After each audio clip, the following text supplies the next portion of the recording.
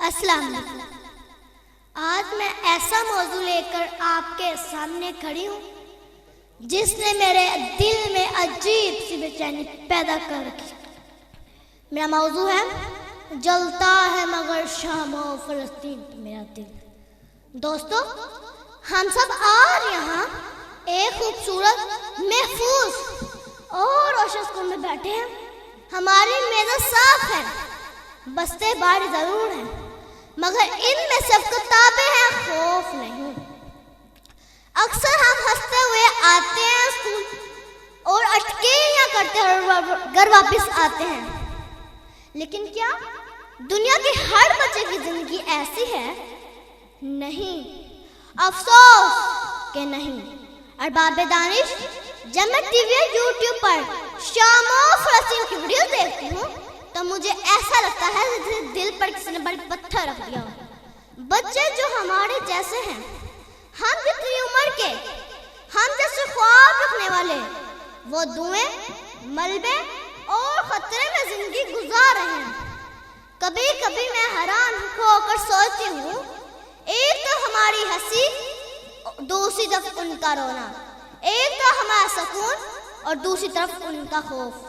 दोस्तों, मुझे वो रात याद है जब मैं टीवी पर देख रही थी, स्क्रीन पर एक फलस्तीनी बच्चा मट्टी से बड़े कपड़ों के साथ रो रहा था और बार बार कह रहा था, मेरा स्कूल, मेरा घर, सब खत्म। अंबिया की सरजमीन, सब बेटियां बुजुर्ग परेशान हो गए। अंबिया की सरजमीन, सब बेटियां बुजुर्ग परेशान हो गए। लवक्त के यजीद सब एक जान हो गए। सदरे महफिल, मैंने अम्मी की तरफ देखा, उनकी आंखों में आंसू थे। मैंने पूछा, मैं ऐसा क्यों होता है? अम्मी ने कहा, बेटा, दुनिया में जहाँ जुल्म हो वहाँ किसी न किसी का दिल जरूर जलता है, और शायद मेरा दिल भी इसलिए जलता है क्योंकि वहाँ बच्चे भी इंसान हैं, वो भी ग्राउंड से खेलने जाते हैं, वो भी सब साइकिल चलाने जाते हैं, वो भी अपनी अम्मी की गोद में सोना चाहते हैं। क्या कभी आपने सोचा कि अगर हम उनकी जगह होते तो हमें कैसा लगता?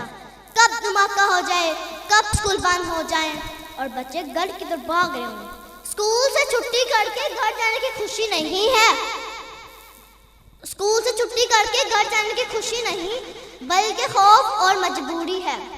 चांद तो शामो फलस्तीन के आसमान पर भी चमकता होगा, फिर क्यों नहीं वहाँ की गली में अमन होता? कैसे नबी पाक को चेहरा दिखाएंगे, कैसे नबी पाक को चेहरा दिखाएंगे? फरियादे फलस्तीनी वहाँ जब सुनाएंगे। उम्मत का दर्द भूल के जीना है क्या जीना, उम्मत का दर्द भूल के जीना है क्या जीना? कैसे हयात अपना ये चेहरा छुपाएंगे? बेहिस आसारे मुसलमान हो गए, बेहिस आसारे मुसलमान हो गए। लवक्त के यजीद सब एक जान हो गए।